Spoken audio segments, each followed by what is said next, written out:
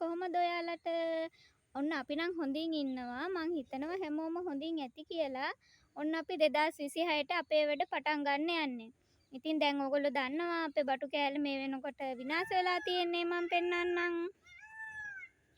ඔන්න ඔය විදියට දැන් බටු කෑල්ල සම්පූර්ණයෙන්ම සවුත් වෙලා තමයි තියෙන්නේ. ඉතින් අපි මේක සුද්ධ කරලා අලුතෙන් වැඩක් පටන් ගන්න යන්න. ඔන්න පිටිපස්සෙන් ඉන්නවා මේ මගේ සහායක ඩැනි. මොනවද අප්පච්චි අපි මේ පාර දාන්න යන්නේ? ඔයගොල්ලෝ මේ බලන්න ඇති මගේ වීඩියෝ එක මම සාරලංකගෙන් ගිහිල්ලා මාළු මිරිස් ගෙනාවා. දැන් ඉන්න මම ඔයගොල්ලන්ට පෙන්නන්නම්. තවන් හැදුවා. දැන් අපි මේක දාන්න යන්නේ අත ටික. ඔන්න මේ දෙකම හදලා තියෙන්නේ. මඩ පොල් දාලා කොනහන් හදලා තියෙනවා. අපි මිච්චත් අපි මේ බේසන් දෙකේ. ඔව් මේ බේසන් දෙකේ තමයි දාන්නේ. ඔන්න අපි ඇදලා මේ බේසන් දෙකේ දාන්නේ දේසිත. නැත්තම් පොල් පාස්ති හදලා දාන්න ගියොත් කරදරයි. ඔව්. ඒකින්ද බේසන් දෙකේ දාගත්තම ලේසි වතුර දාන්නත් ලේසි. ලේසි. ඔයාලට පේන කලින් පාර මම පෙන්නනකොට පෙර කෑල්ලේ තනිකර කැලේ වෙයිලා තිබ්බේ වැස්ස නිසා සහ ව්‍යසනයෙන් අපිට මුකුත් කරන්න බැරි වෙන. ඔන්න දැන් ඒක සුද්ධ කරලා තියෙනවා. එහෙනම් අපි ළමයි දැන් තවන් දාන්න යන්න. ඔන්න ළමයි අප්පච්චි දාන්න යන්නේ තවන්. ඔයගොල්ලෝ බලා ගන්න. ඔන්න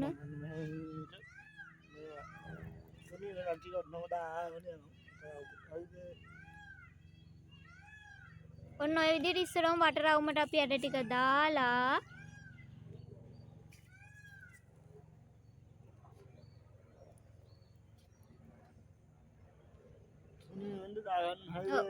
ගොඩක් ළඟ නැතුව ළමයි තුනී වෙන්න තමයි අපි තවන් දාගන්න ඕනේ.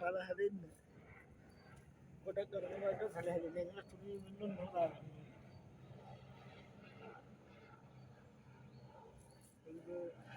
වෙන්න නොදාගෙන යනකොට රවුම දාගන්න ඕන. තුනීවට දාගන්න. ඇත්තටම ළමයි මේ පැකට් එකේ ගොඩක් මේ තියෙනවා මාළු මිරිස්සට. බලවල් 600ක් 700ක් හදන්න පුළුවන් නේ. ඔන්න ඔය විදිහට අපි බාස්කට් දෙකටම ළමයි මාළු මිරිස්සට දාගන්න ඔයගොල්ලන්ට පේනවා. ඊට පස්සේ අපි බලමු ඊළඟට මොකද්ද කරන්න කියලා.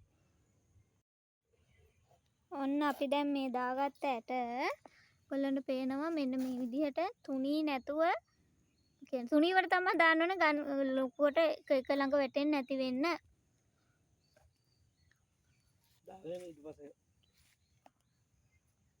ඊට පස්සේ මම හොඳ පස්තියක් ගත්තා. මොකක්ද නැති රොඩු නැති කැඩ නැති ඒක මෙහෙම කුඩු කරලා අරගෙන පස් තමයි අපි මේක උඩට දාගන්න ඕනේ ළමයි. අත වැහෙනකම් මෙන්න මෙහෙම දාන්න ඕනේ. ඔන්න අත වැහෙනකම් පස්තිය ගන්න ඕනේ. ඔන්න විදිහට ඇට වැහෙනකම් අපි මේ බාස්කට් දෙකටම පස් ටික දාගමු.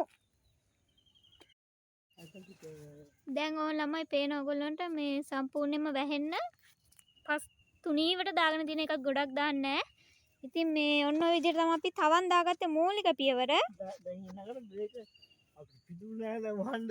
ඔව්. පිටු තිබුණා පිටු තමයි මේක දාන්නේ. පිටු නැත්තක් මේ වගේ තල්ලුවයක් ගලගෙන මෙහෙම දෙකට නවලා ඔව්.